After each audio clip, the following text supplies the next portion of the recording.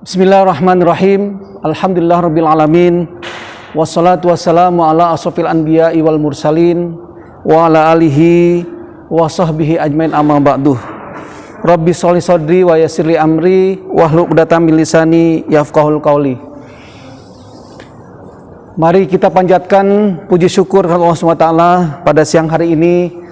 Segenap karunia Allah yang tidak pernah terbilang, lebih khusus nikmat iman Islam, sehat afiat, sehingga siang hari ini kita masih bisa saling bersilaturahim, berwasiat dalam kebaikan dan kebenaran, untuk mendengarkan tarhib Ramadan yang akan disampaikan oleh Ustaz Kiai Haji Dr.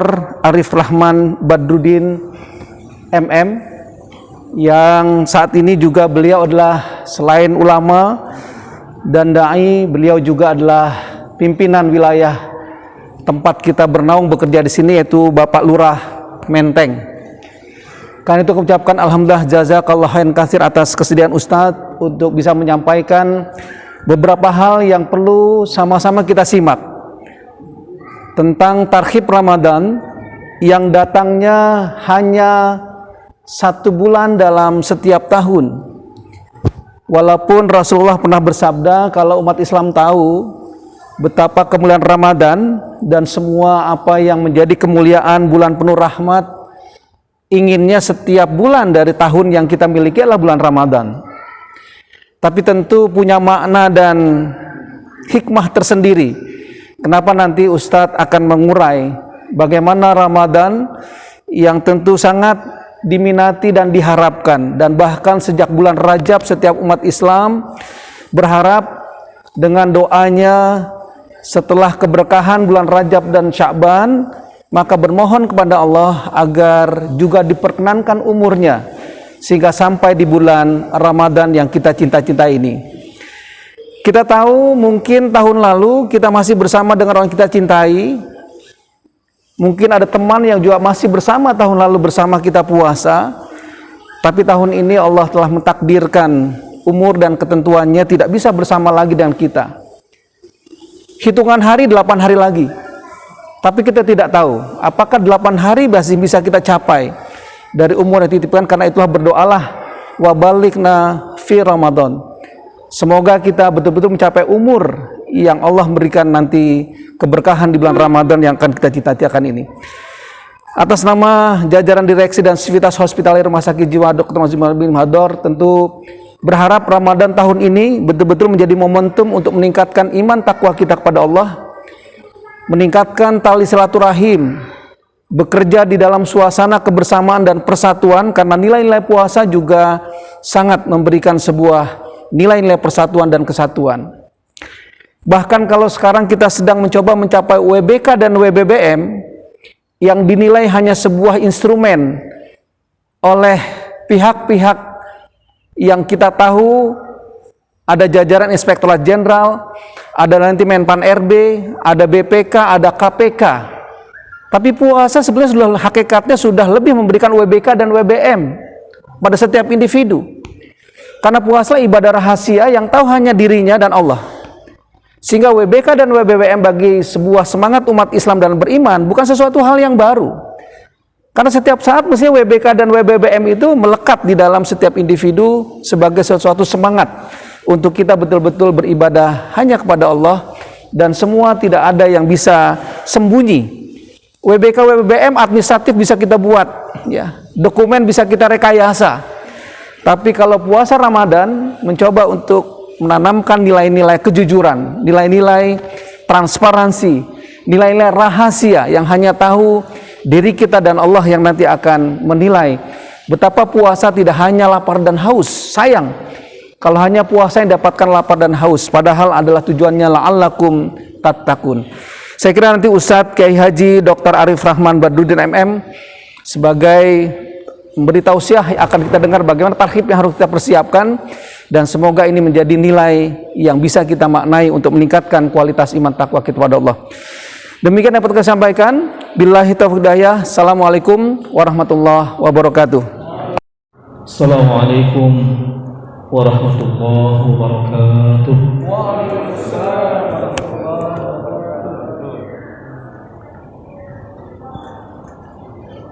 Belum kompak sekali lagi ya. Yang di pojok masih nyenderan aja tuh. Assalamualaikum warahmatullahi wabarakatuh.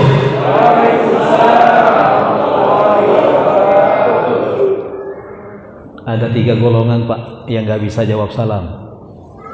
Yang pertama orang yang budek alias tuli. Coba kalau kita tanya jawab, Assalamualaikum. Apaan baskom? Dia jawabnya lain kemana aja kan. Golongan yang kedua orang yang bisu.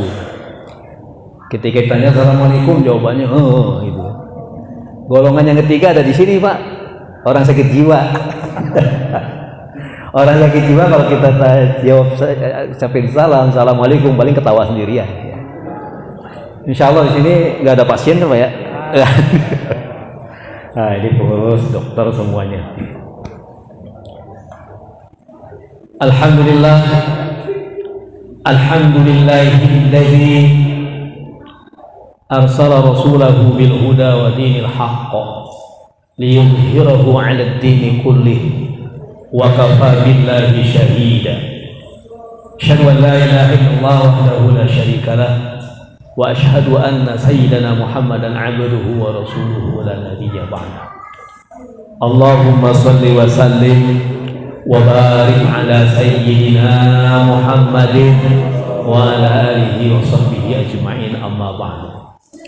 Faqad qala Allah ta'ala fil Qur'anil Karim wa huwa asdaqul qailin. A'udzu billahi as-sami'il 'alim minasy syaithanir rajim.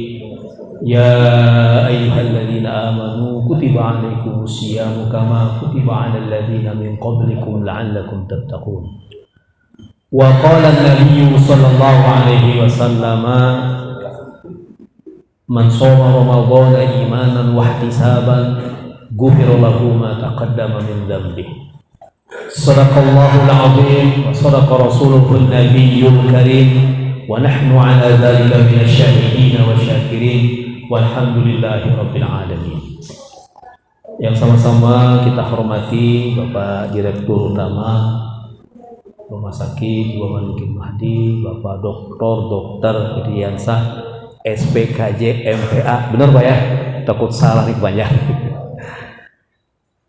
Para jajaran struktural di Rumah Sakit Marzuki Mahdi, Bapak, Ibu-ibu karyawan semuanya yang insya Allah dimuliakan oleh Allah Subhanahu wa Ta'ala. Terlebih dahulu sebelum kita masuk ke materi tarhib, kenalan dulu dikit. Tak kenal maka tak sayang, tak sayang maka tak cinta, tak cinta maka tak kenal, tak kenal maka tak sayang. Itu bolak-balik ya. Untuk lebih kita mendekatkan. Pertama, betul sejak tanggal 26 Februari yang lalu saya bertugas di Menteng ini. Alhamdulillah untuk pertama kalinya bisa menginjakkan kaki di Masjid Al-Hidayah ini, bisa bersilaturahim dengan Bapak Dirut dan seluruh jajarannya. Mudah-mudahan pertemuan kita ini adalah pertemuan yang dirahmati Allah Subhanahu wa Ta'ala. Saya Asgar Pak, asli Garut. Jadi yang orang Garut silakan mampir ke kelurahan. Ya. Tapi jangan minta dicukur ya. Orang Garut identiknya tukang cukur ya, Asgar. Makanya tadi gelar saya SAG Pak, Sarjana Asal Garut ya. Dari Garut. Kemudian saya tinggal di Kabupaten Bogor, di daerah Ciseeng sebelah sana. Jadi dari Atang Sanjaya masih lurus, nanti Bapak Ibu sekalian ketemu bangunan yang panjang putih. Nah itu puskesmas, bukan rumah saya, bukan. Nanti masih lurus dari situ terus ya. Alhamdulillah nanti ketemu bangunan yang cat merah, itu Madrasah Ibtidaiyah. Di samping Madrasah Ibtidaiyah baru itu rumah saya. Alhamdulillah Pak, rumah mewah Pak. Alhamdulillah rumah mewah. Tapi saya nggak bangga, mewahnya mepet ke sawah. Jadi ada di kampung, di Ciseengnya di kampung. Tapi saya sebagai orang kampung dan saya bersyukur masyarakat di kampung sana pendidikannya luar biasa. Ada yang di ITB, ada yang di UGM, ada yang di Undip, ada. Pas saya tanya ITB-nya mana? Saya pikir Institut Teknologi Bandung, ternyata Icaran Teh Botol katanya. Dia bilang UGM-nya mana? Universitas Gigireun Masjid. Ya nggak tahu, jadi pada marbot gitu. Alhamdulillah saya tinggal di Ciseeng dan setiap hari bolak-balik dari Ciseeng ke kantor sekitar 45 menit. Saya pikir ini adalah diniatkan karena Allah bernilai ibadah setiap langkah kita. Bapak, Ibu, saudara sekalian, berbicara tentang tarhib. Tarhib itu dari kata rohaba yurohibu tarhiban. Itu dari wazan fa'ala yufa'ilu taf'ilan. Itu artinya adalah menyambut. Menyambut dengan gembira, dengan senang kehadiran bulan yang mulia, yaitu bulan suci Ramadan. Ada 3 kondisi manusia ketika menghadapi Ramadan.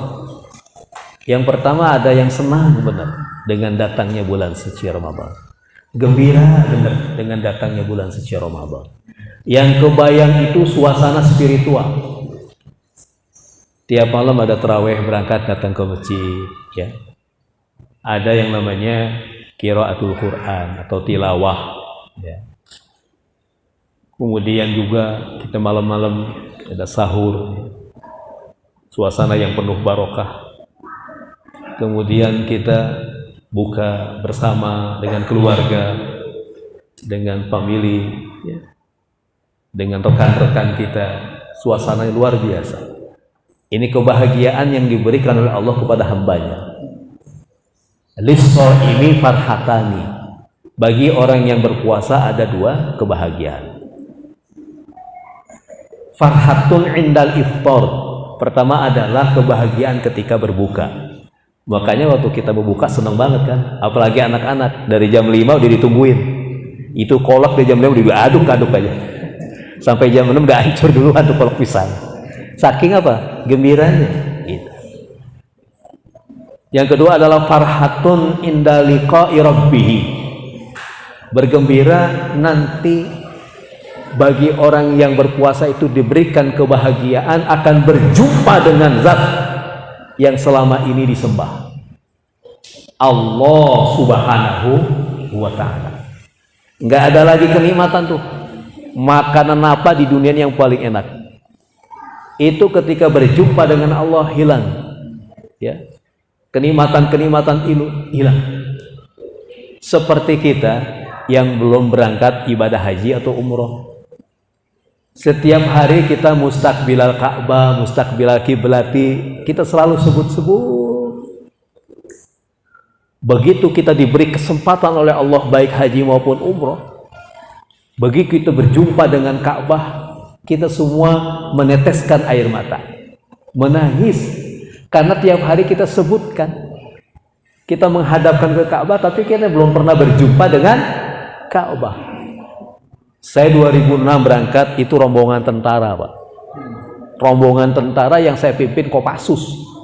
Kumisnya baplang-baplang semua. Saya cerita, saya pimpin rombongan, Bapak, Ibu sekalian, nanti kita akan melihat Ka'bah.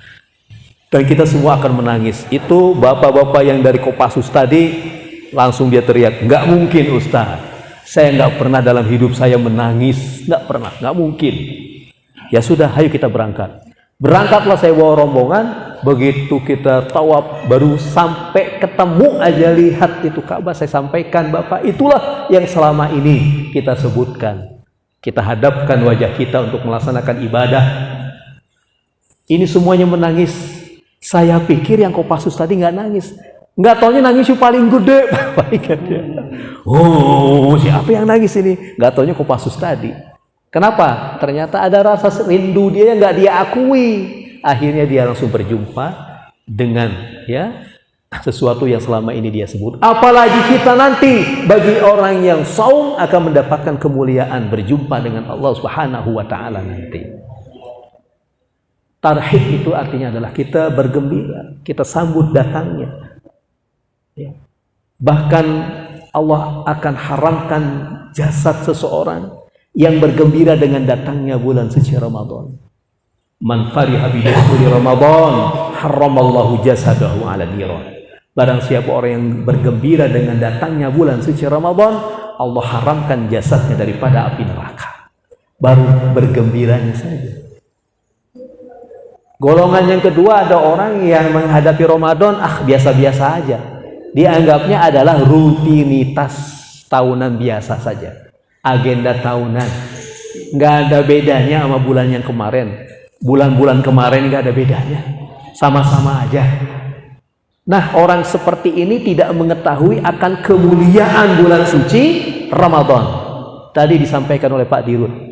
Hadisnya mengatakan, "Lau ta'lamu ummati ma fi Ramadan, la tamannau an takuna sanatu kulluha Ramadan."